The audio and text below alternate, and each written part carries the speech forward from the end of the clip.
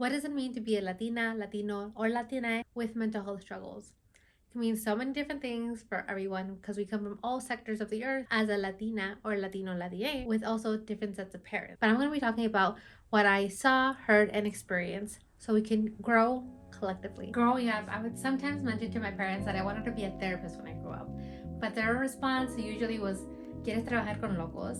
They never understood that therapy wasn't just for the crazy people. For odd reason, me at 7 years old knew that.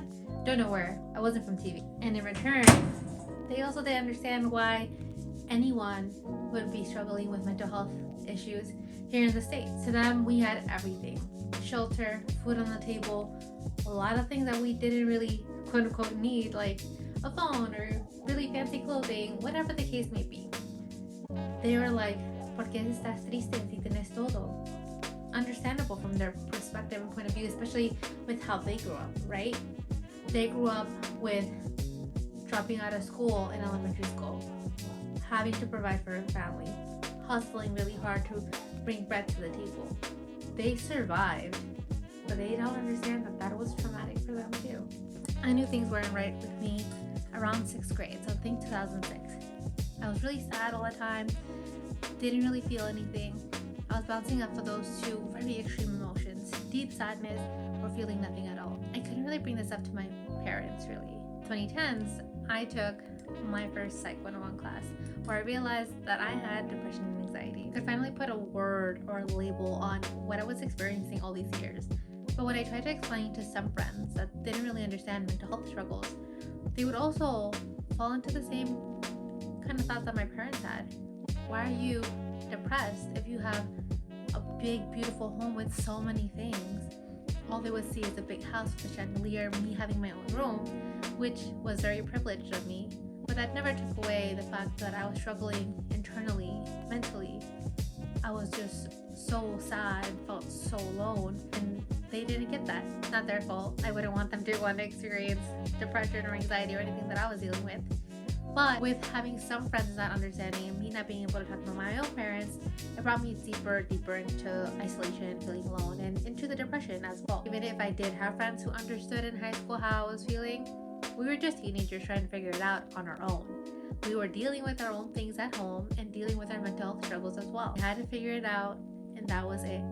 We could talk it out, but we really didn't give, in my opinion, the best advice. Fast forward into college for forensic psychology. I know the importance of mental health and talking it out. I was still balancing, where do I want to land in my career? Do I want to be a cop? Do I want to be a lawyer? Do I want to be a psychologist or a therapist? Whatever the case may be. Going to a criminal justice school was a blessing, my top choice. But I saw the other side of the coin as well, where it's like, as a Latina, I didn't even know how to navigate therapy. For my first session, I was so shaken from anxiety that I almost didn't go. I wanted to cry. It's a very overwhelming experience, especially when it's not talked about a lot. There's a lot of things that we don't talk about in the Latino community, and therapy is one of the biggest ones. At least in the 2010s, it was still very taboo. When I finally did start going to therapy, I was in my early 20s, and I didn't really tell anyone that I was going, besides my partner and maybe a few friends. Eventually, I spoke out about my mental health journey and why I was going to therapy, because pretending everything was fine was consuming me and killing me even more. I know some of us can relate when we say, oh, I'm okay, I'm fine, trying to put that brave face on because we want to be okay for the sake of others.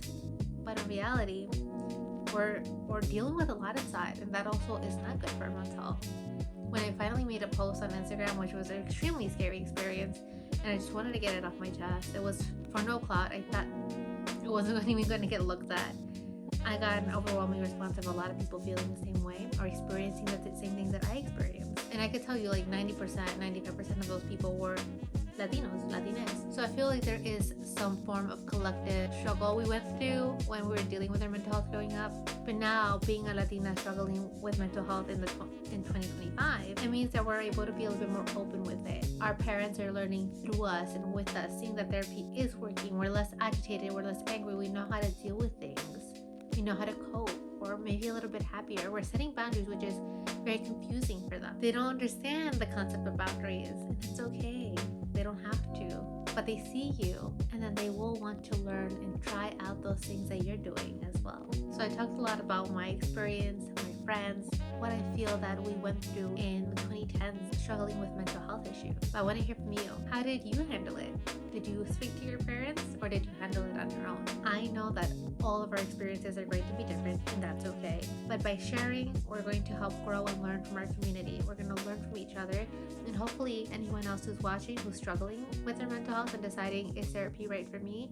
Is therapy not right for me? Will feel encouraged. Up here, somewhere up here, you'll find a video of how to find a therapist. I have a step-by-step comprehensive little video tutorial on how to do that. And if you've been to therapy and you've done it for a while now and you don't feel like you've seen any progress, I do have coaching spots available for mental health, motherhood coaching.